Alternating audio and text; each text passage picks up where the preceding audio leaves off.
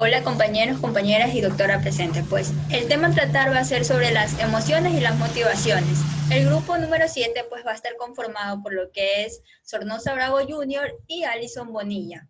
Y mi persona, el tía Robalino. Pues, a continuación pues vamos a presentar la siguiente diapositiva pues que va a ser una introducción de lo que es la motivación.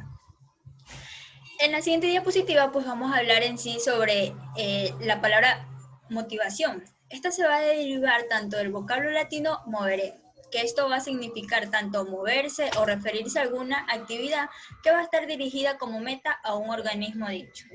Por lo tanto, casi todos los teóricos van a conseguir en que las motivaciones pues van a relacionarse sobre unas necesidades tanto del organismo y sobre las manifestaciones que puedan presentarse en ello.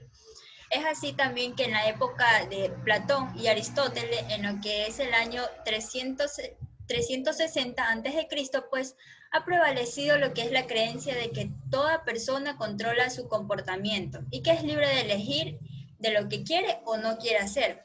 Aunque cabe mencionar también que hay ciertas decisiones que pueden estar influenciadas tanto por estímulos externos como estímulos internos. Es así que también se van a crear lo que son actos que van a estar conformados por una razón humana. A continuación, la siguiente diapositiva, porque en lo que conlleva lo que es la motivación, pues va a estar vinculado a lo que son teorías. Y la siguiente diapositiva, pues va a mencionar lo que es la teoría del instinto. Esta teoría fue creada también por lo que es Charles Darwin, pues que él propuso o contribuyó una teoría tanto que habla del instinto del ser humano, que básicamente está relacionado genéticamente.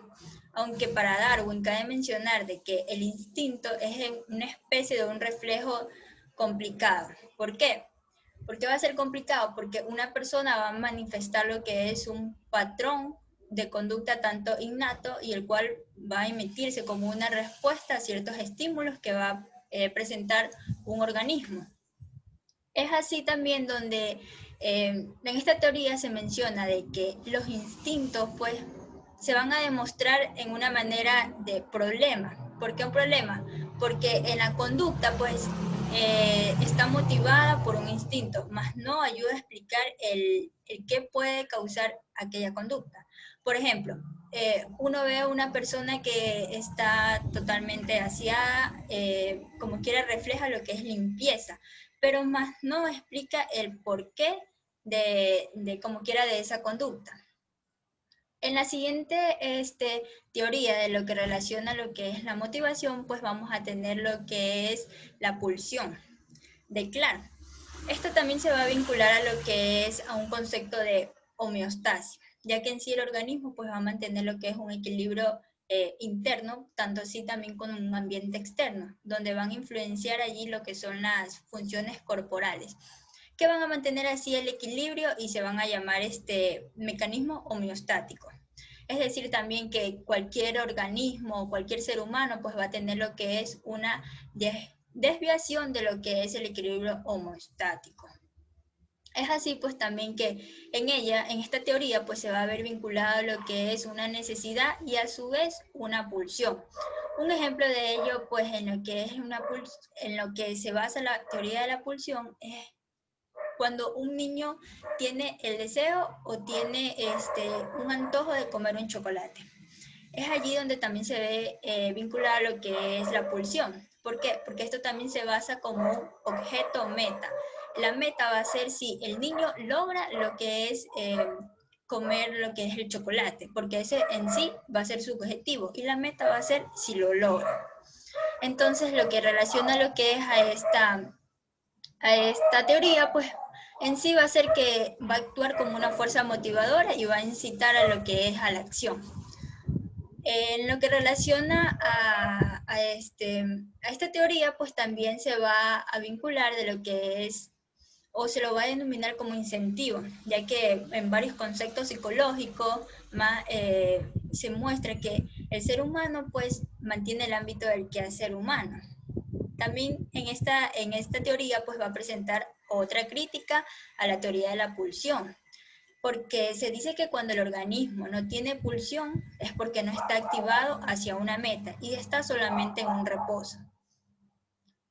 Como otra teoría, pues vamos a tener lo que es la teoría de la activación.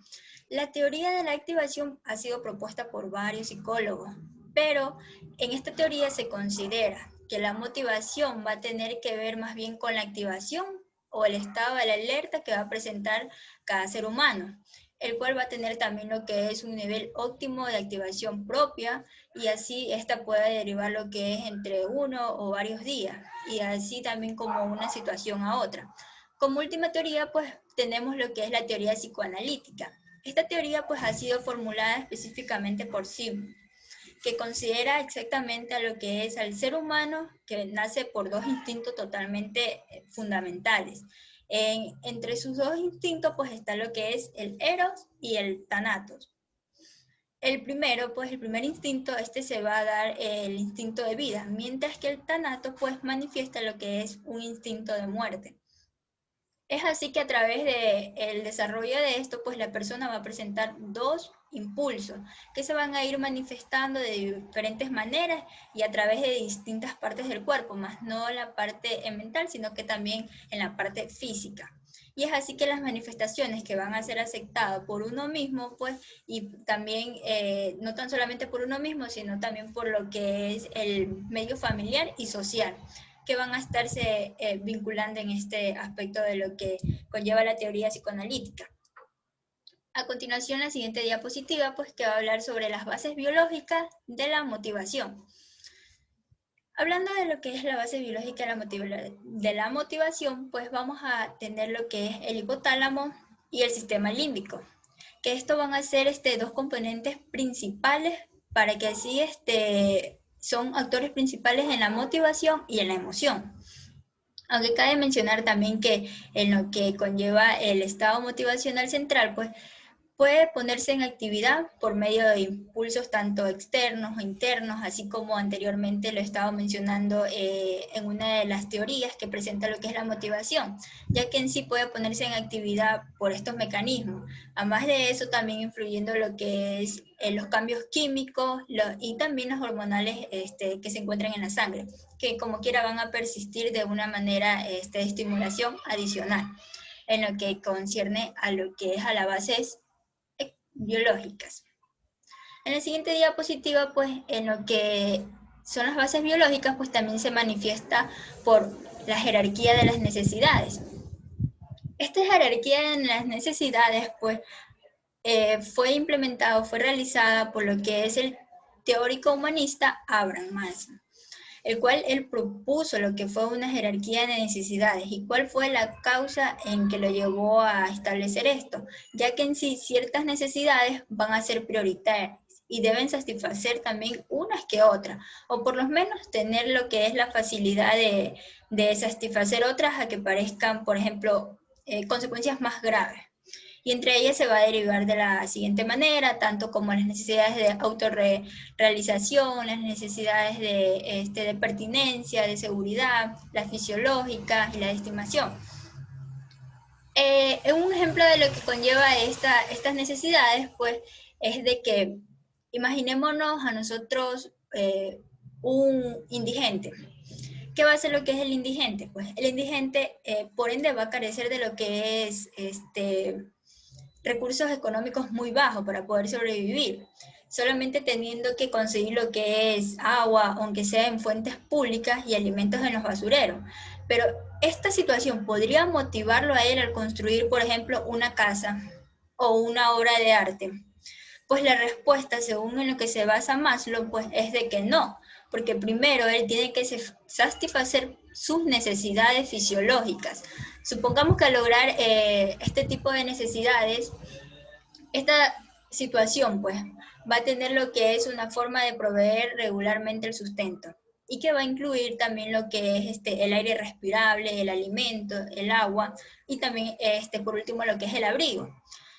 Ahora sí lo motivará a la persona o al indigente conseguir una casa que no se le cuelgue ya sea una pared o que, un ejemplo, en un sismo pues se le caiga lo que es la casa.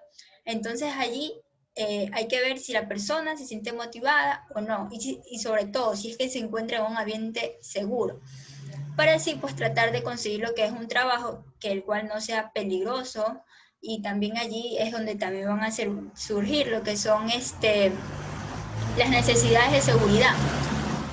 Aquí menciona Maslow pues de que las necesidades de seguridad solo van a estar satisfechas estas necesidades pues si otras personas más también lo motivaran, siendo así también como la pertenencia a algún grupo, ya sea como una pandilla o una banda o hasta un grupo de autoayuda, o lograr así también lo que es el amor tanto de pareja o familia, que se pueda llegar a encontrar en todo lo que conlleva esta pirámide. Es así de que, como quieran, tener una buena autoestima y que los demás también la tengan, pues necesitará el respeto de sí mismo y de los otros, la estima de confianza y también un sentimiento tanto de valor. Por fin, esta persona, un ejemplo, ya ha logrado el éxito. Los años de perdurias ya quedaron atrás, o sea, todo lo que él tuvo que pasar por sus años como quiera, de ser indígena, pues ya se siente una persona totalmente aceptada y amada por los demás. Es decir que entonces Maslow otra vez menciona, esto es todo, pero para Maslow no lo es todo, pues porque una vez satisfecho todos estos aspectos, pues van a aparecer lo que es la necesidad de autorrealización, que va a ser la necesidad, pues que va a realizar todo su potencial, el cual se va a dedicar también a un ejercicio pleno, tanto del talento, y ya sea a través también de artes o de generaciones de conocimiento. Y también, por último, lo que es la religiosidad, entre otros aspectos más que se puedan presentar. Y en sí lo que se basa esta pirámide, pues va a ser de que él representó esta pirámide en cuya base de que las necesidades, pues, las necesidades básicas, pues van a estar presentadas en la base, y mientras que en la cúspide, pues va a estar presentada la autorrealización, aunque él también menciona de que no toda persona alcanza a todos los individuos, ya que pocos logran satisfacer lo que son las necesidades, tanto de amor o estima, y también fácilmente otro tipo de necesidades como lo es la autorregulación. Eso es lo que concierne a mi tema, y a continuación mi siguiente compañero.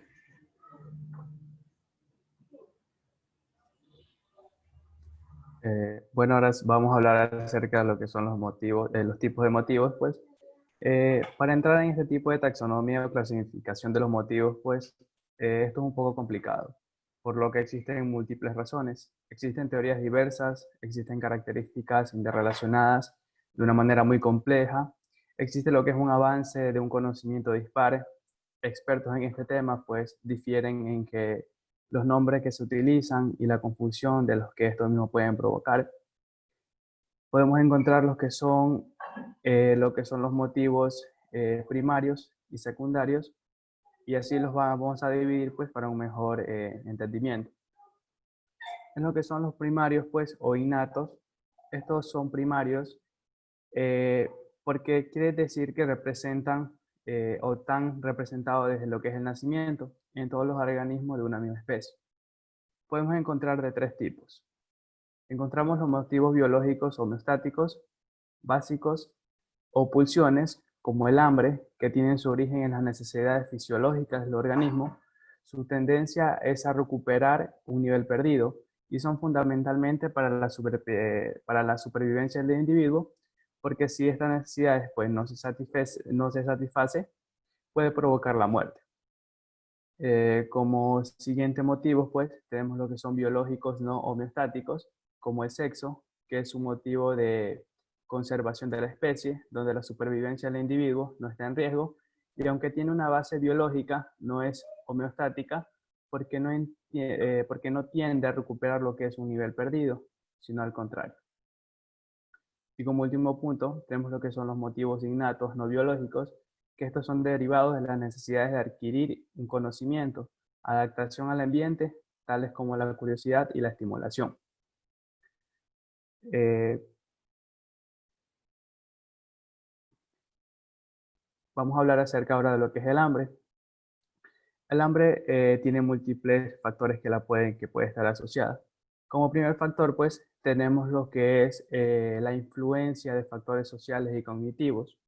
El hambre es una fuerza de motivación universal y junto con el sexo son los motivos más estudiados. El hambre es fácil de estudiar en un laboratorio, ya que puede producir y satisfacer de manera sencilla y porque un organismo no puede morir de inmediato si no se satisfacen sus necesidades, como es la de alimento. El hombre tiene una gran influencia del aprendizaje y de los factores asociados, tanto sean cognitivos y físicos. Como siguiente factor tenemos lo que es la comida. Todos los organismos regulan su ingestión de alimentos diariamente para satisfacer sus demandas fisiológicas inmediatas y para mantener un peso corporal más o menos estable, lo que es a lo largo de todo el plazo. Los seres humanos, pues, al igual que muchas otras especies, hacen comidas, lo que quiere decir es que comen durante un rato y luego de este tiempo, pues, suspende la ingestión para después de un cierto tiempo volver a consumir. Como siguiente punto, pues tenemos lo que es el papel de la boca y el estómago. Los investigadores de este tema empezaron a estudiar el funcionamiento de la boca y el estómago como una posible causa del inicio e interrupción de la conducta de la ingesta de comida. Pero lo sorprendente de esto es que no parece tener un papel importante, pero aún esto está siendo estudiado. Como siguiente punto tenemos lo que es la masticación y salivación.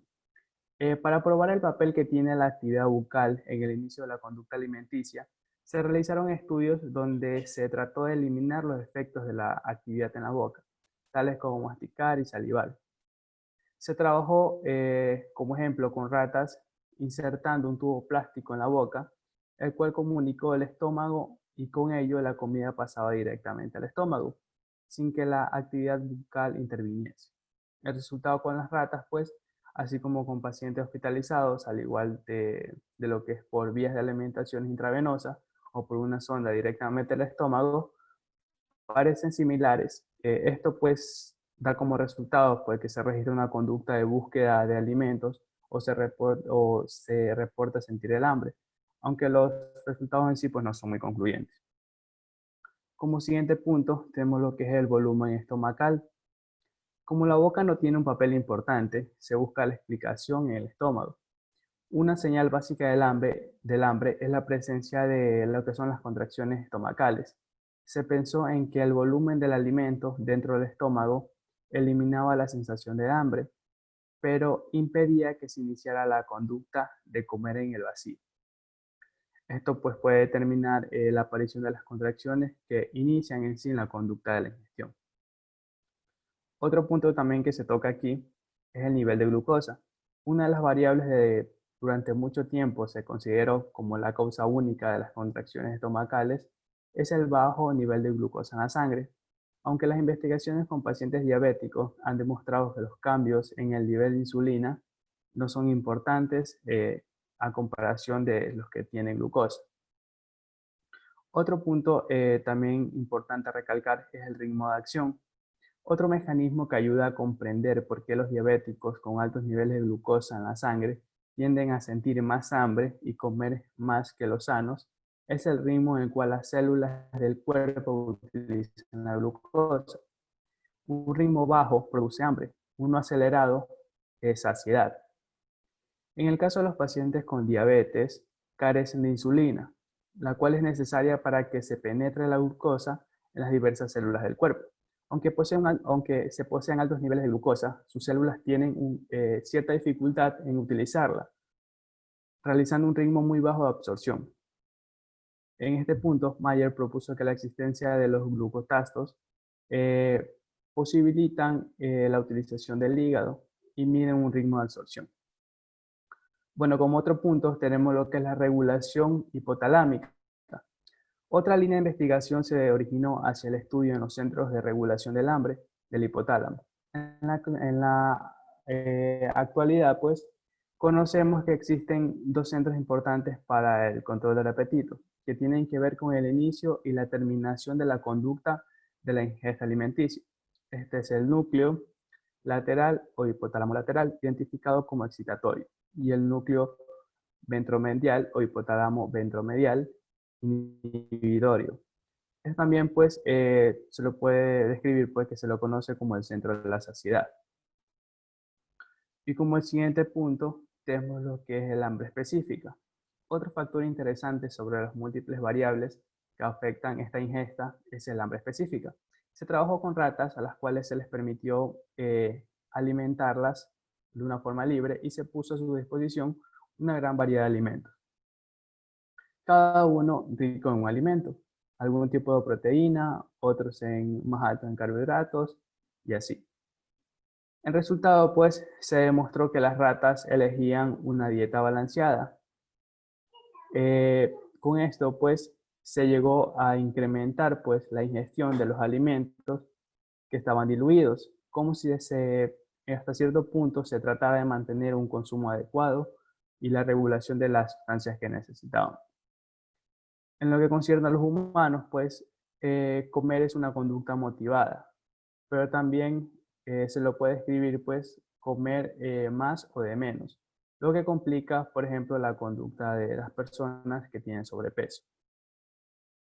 Bueno, como siguiente punto, pues tenemos lo que son los estados emocionales. Los estados emocionales también influyen en la cantidad de alimentos que ingerimos. El aburrimiento, la soledad o lo que es el aislamiento social conducen a algunas personas a tener la sensación de no tener hambre. Al niño que se le dio de comer cada vez que lloraba o lo consolaban con comida, cuando se caía o se peleaba con algún compañero, esto puede crear una asociación donde vamos a tender a asociar el alimento con una sensación de consuelo.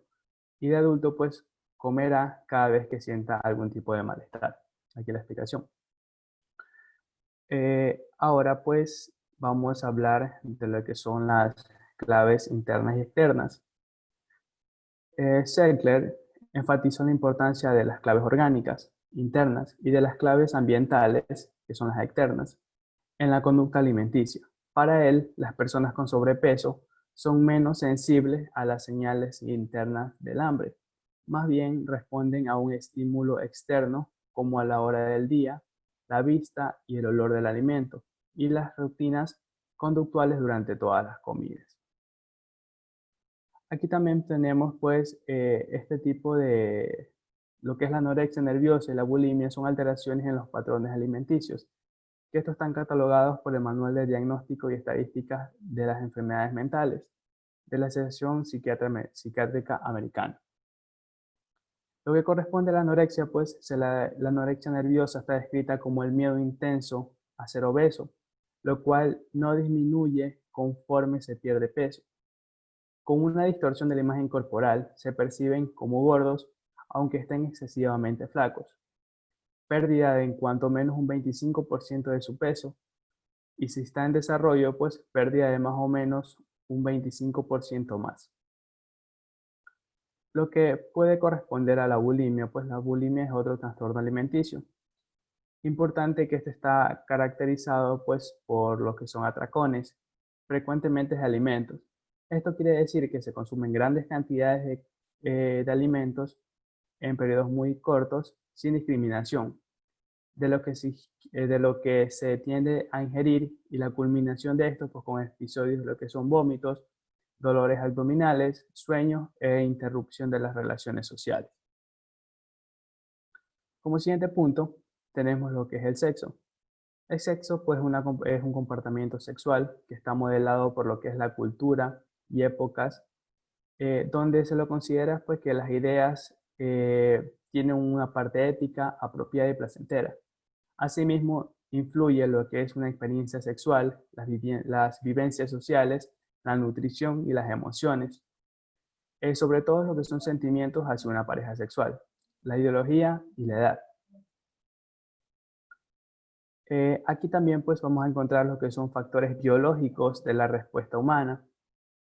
Los primeros estudios serios de la respuesta sexual humana aparecieron en el año 1966 con los trabajos de Master y Jobson, quienes estudiaron pues aproximadamente una cantidad de 600 hombres y mujeres con lo más avanzado de la tecnología del momento.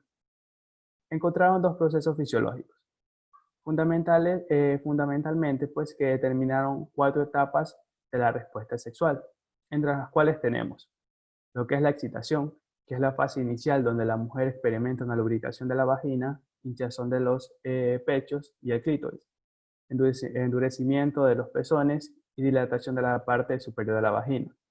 En el hombre, pues, se produce una erección del pene, tensión del escroto y lo que es la elevación de los testículos.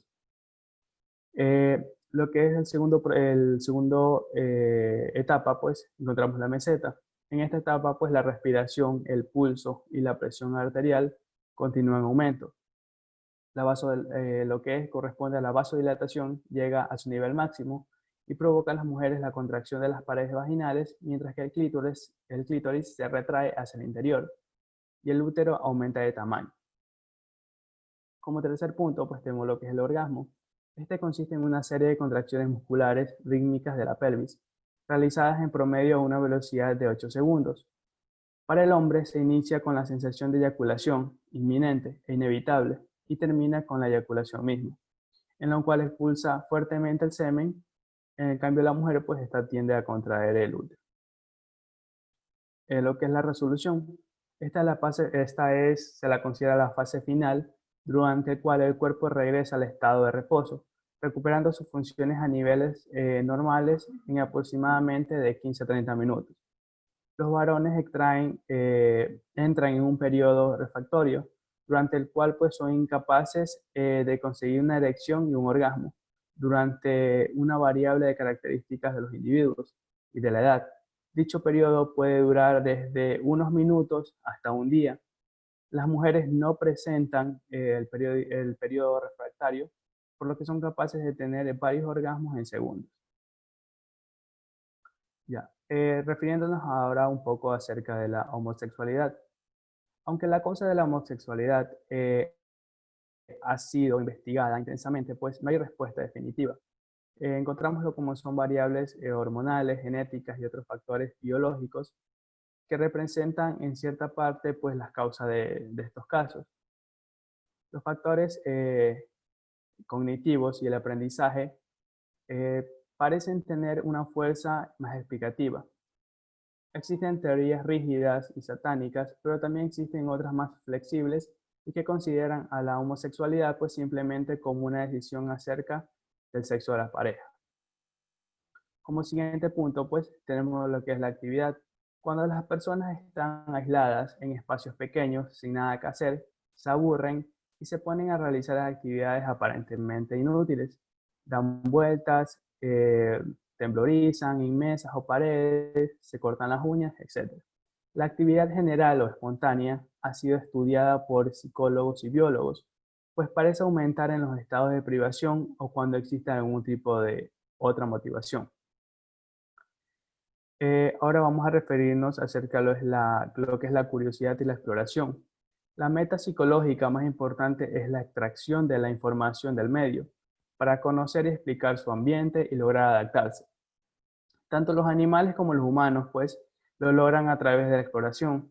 Si pasas más de media hora con un niño de 2 a 3 años de edad, seguro vamos a observar el motivo de la exploración y curiosidad. Todo tocan, huelen, se lo llevan a la boca. Si tiene un juguete complejo, pues su tendencia es a desarmarlo. Por lo consiguiente, el enojo de los padres, pero esto va a ser un triunfo considerado para él. Ahora vamos a lo que son los motivos secundarios. Se denominan motivos secundarios pues porque son aprendidos con una base psicológica o social muy claramente definida. Y aunque no poseen un origen homostático o de pulsión, son tan intensos como los primarios.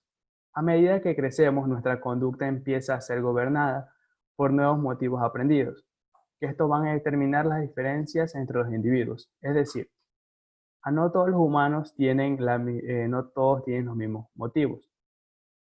Un ejemplo muy interesante podemos dar es que estos motivos pues son el logro y la agresión. Vamos a hablar acerca ahora de la agresión. Agresión pues es cualquier comportamiento destinado a dañar a alguien o algo que lo rodea, que a menudo llega a explotar como violencia, que es la acción destructiva contra personas o propiedades. Algunas veces el impulso o la agresión solo llega a ataques verbales o expresiones de hostilidad que no incluyen un daño físico. Aquí encontramos lo que son también la agresión adaptativa. En la discusión también podemos encontrar algunos científicos, pues, al momento que se discuten, pues, han explicado el comportamiento agresivo como tendencia innata, que esto es posiblemente heredada.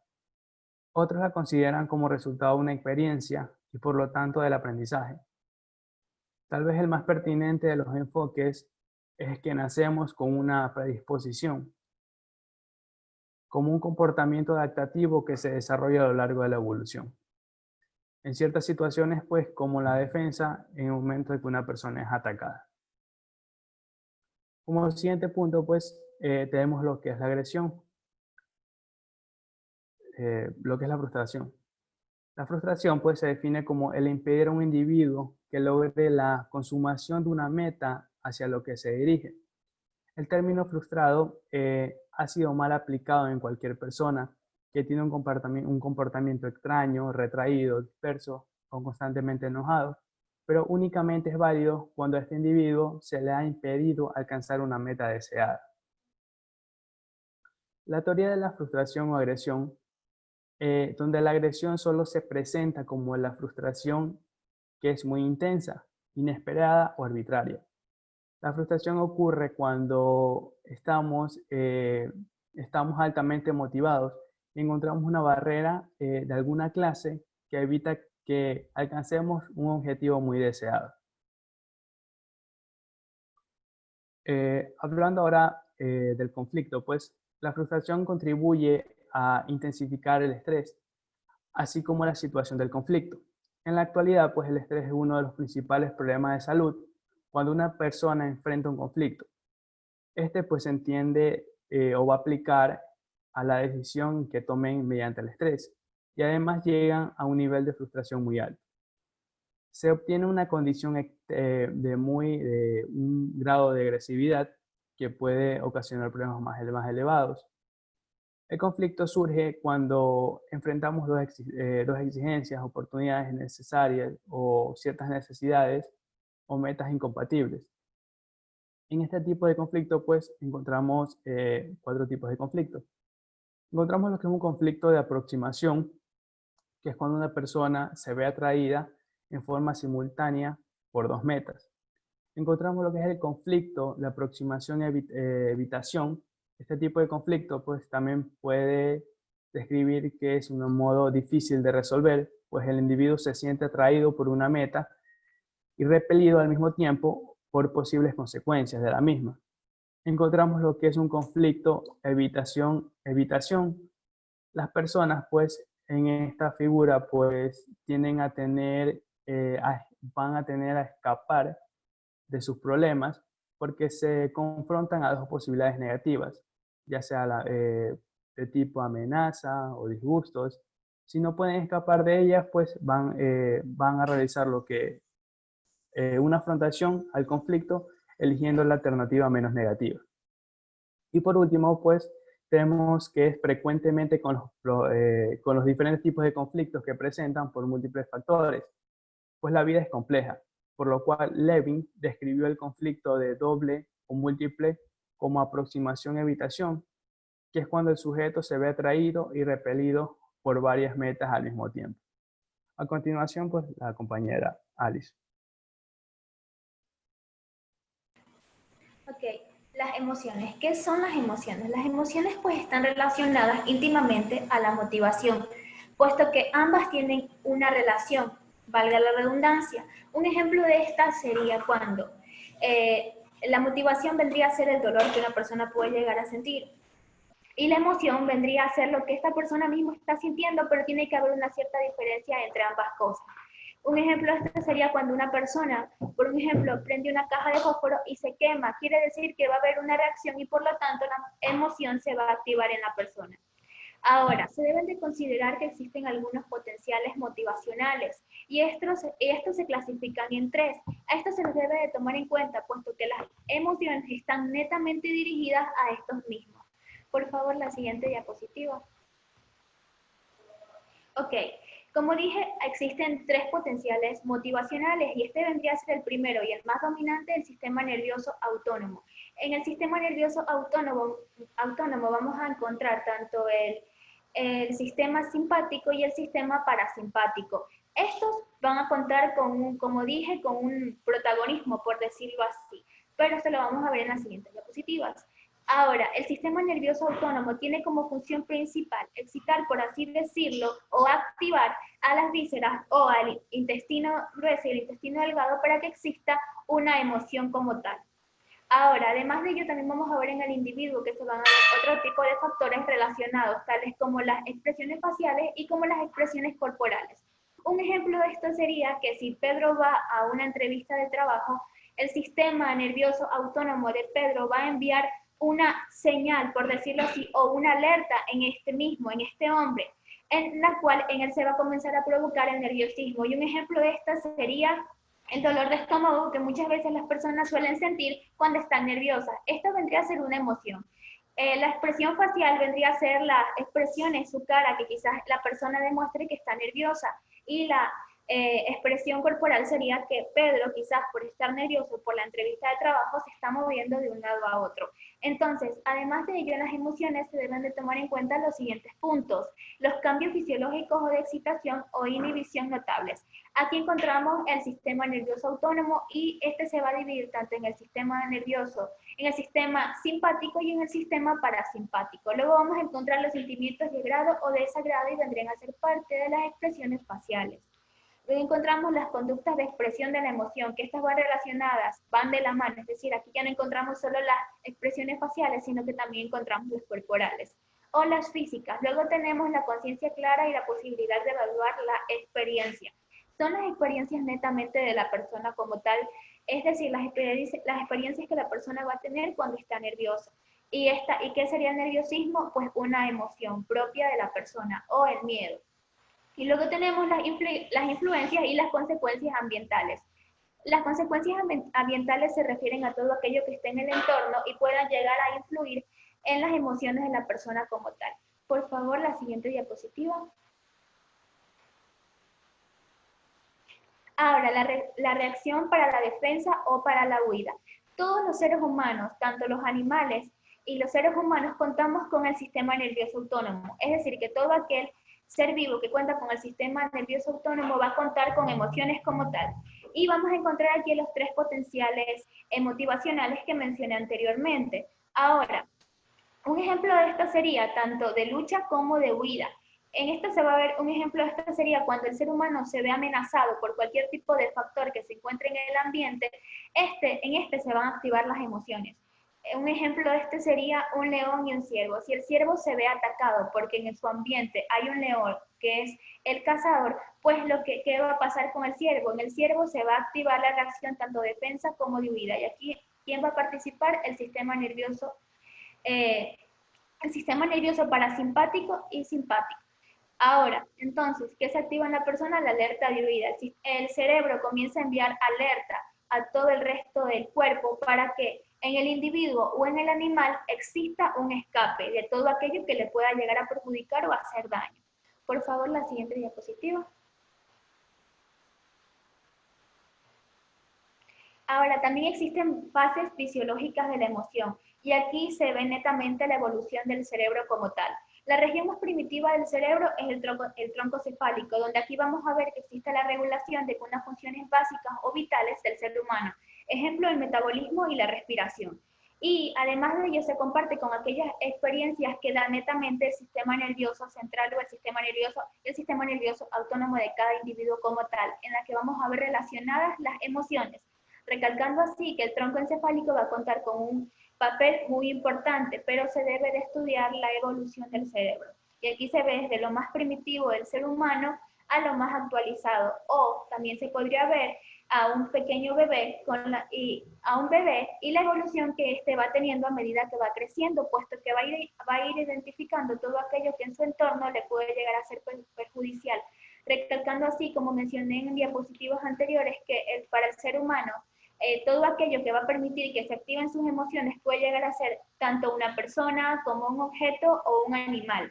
Nos referimos a una persona, puede llegar a ser, las emociones de la persona se pueden llegar a activar cuando la persona está enamorada, o ya puede ser por ira o enojo o cualquier otro tipo de cosa, o tristeza. Si es por algún objeto, puede llegar a ser un objeto que pueda llegar a ser perjudicial para sí mismo, y si nos referimos a un animal, ya puede ser por afecto o, valga la redundancia, porque le pueda llegar a hacer daño como tal al individuo, y esto lo vamos a ir reconociendo a través de la evolución del cerebro como tal. Por favor, siguiente diapositiva. Ahora, la sede de las emociones. La amígdala está especializada en las cuestiones emocionales, pero esta va a ser una emoción de memoria, y aquí va a estar relacionada con el hipocampo. El hipocampo es aquel que nos va a permitir que exista un registro de la memoria, es decir, que en la amígdala va a haber una memoria emocional. Aquí van a estar las emociones, más en el hipocampo van a existir los recuerdos de la persona como tal. Y ahí en la diapositiva vemos un ejemplo, dice, el hipocampo es una estructura fundamental para reconocer un rostro en específico, y pone un ejemplo cuando la persona está enamorada. Si una persona está enamorada, pues va a reconocer gracias al hipocampo, que le va a permitir que exista la memoria como tal de esta persona, pero va a ser la amígdala la que va a permitir que existan los recuerdos de emociones. Por favor, la siguiente diapositiva. Ahora, como mencioné anteriormente, el sistema nervioso autónomo va a contar con un gran protagonismo, como ya mencioné. Este cuenta con la función principal de, como dije, de que aquí se encuentre tanto el sistema simpático y el sistema parasimpático. Un ejemplo del sistema simpático y del sistema parasimpático es que el sistema simpático va a excitar, va a permitir que todo lo que está en nuestro cuerpo, es decir, la saturación de oxígeno aumente, el ritmo cardíaco aumente, dependiendo de la circunstancia en que la persona se encuentre. Y el sistema parasimpático va a inhibir todo lo que el sistema simpático provocó. Un ejemplo de esto sería si Pedro va caminando en la calle y va caminando totalmente tranquilo, va relajado, significa que el sistema parasimpático está actuando porque la persona está tranquila como tal. Pero si viene un ladrón y le roba a Pedro, entonces, ¿qué sucede? El sistema simpático se activa y va a provocar que exista una alteración en el ritmo cardíaco de Pedro, y después de un momento, después de que Pedro empiece a calmarse, ¿quién va a comenzar a actuar? El sistema parasimpático, porque todo lo que provocó el sistema parasimpático lo inhibe. Por favor, la siguiente diapositiva. Ahora, ¿cómo reconocer cuando una persona puede llegar a estar mostrando sus emociones de acuerdo a una circunstancia? Aquí vamos a encontrar el famoso polígrafo. El polígrafo, o también reconocido como el detector de mentiras, pero se debe de mencionar que detector de mentiras no es lo adecuado para mencionar el nombre de este objeto, puesto que lo adecuado es mencionarlo como polígrafo. Cuando una persona está siendo sometida a cualquier tipo de proceso en el que se quiera estudiar las emociones como tal de un individuo, se va a utilizar el polígrafo. ¿Y cuáles van a ser las características de que, por un ejemplo, si se le dice a la persona que diga una mentira, la persona va a empezar a su presión arterial a aumentar o su ritmo cardíaco a aumentar? Además de ello va a haber una respuesta termovolvánica, es decir, va a comenzar a existir sudor en la persona. Además de ello, su respiración va a aumentar y va a haber un aumento de la presión o de la tensión arterial. Entonces, también se debe de tomar en cuenta que muchas personas o muchos individuos tienen la capacidad de mentir con facilidad. Entonces, se tiene que saber identificar cuando una persona nos está mintiendo y cuando no, puesto que algunas personas pueden llegar a mentir y no mostrar ninguna de estas características, más si existe otro grupo de personas que sí puede llegar a mostrar estas características, que sería la sudoración, el ritmo cardíaco aumentado y la respiración acelerada. Por favor, siguiente diapositiva. Ya, se debe de tomar en cuenta algunas teorías de la emoción. En estas dos teorías se tiene que tomar o prestar la debida atención para que se las aprenda a identificar. La teoría de James Lane nos menciona las emociones de la persona como tal, pero estas van a estar relacionadas a cómo la persona lo demuestra su emoción corporalmente. Un ejemplo de esto sería si Juan va caminando por la calle y se encuentra a una serpiente. ¿Qué puede hacer Juan para demostrar su emoción? Puede llegar a saltar, puede llegar a mover las manos, e incluso pueden haber demostraciones faciales de alguna emoción en él mismo. Ahora, la teoría de Cannon-Barr se diferencia, es muy igual a la de James Lane, solo que la única diferencia es que James Lane se basa en una persona sana, pero Cannon se basa en una persona enferma. Él menciona que las personas enfermas, por más de que estén enfermas, sus emociones van a seguir intactas. Es decir, el mismo ejemplo del hombre que mencionaba.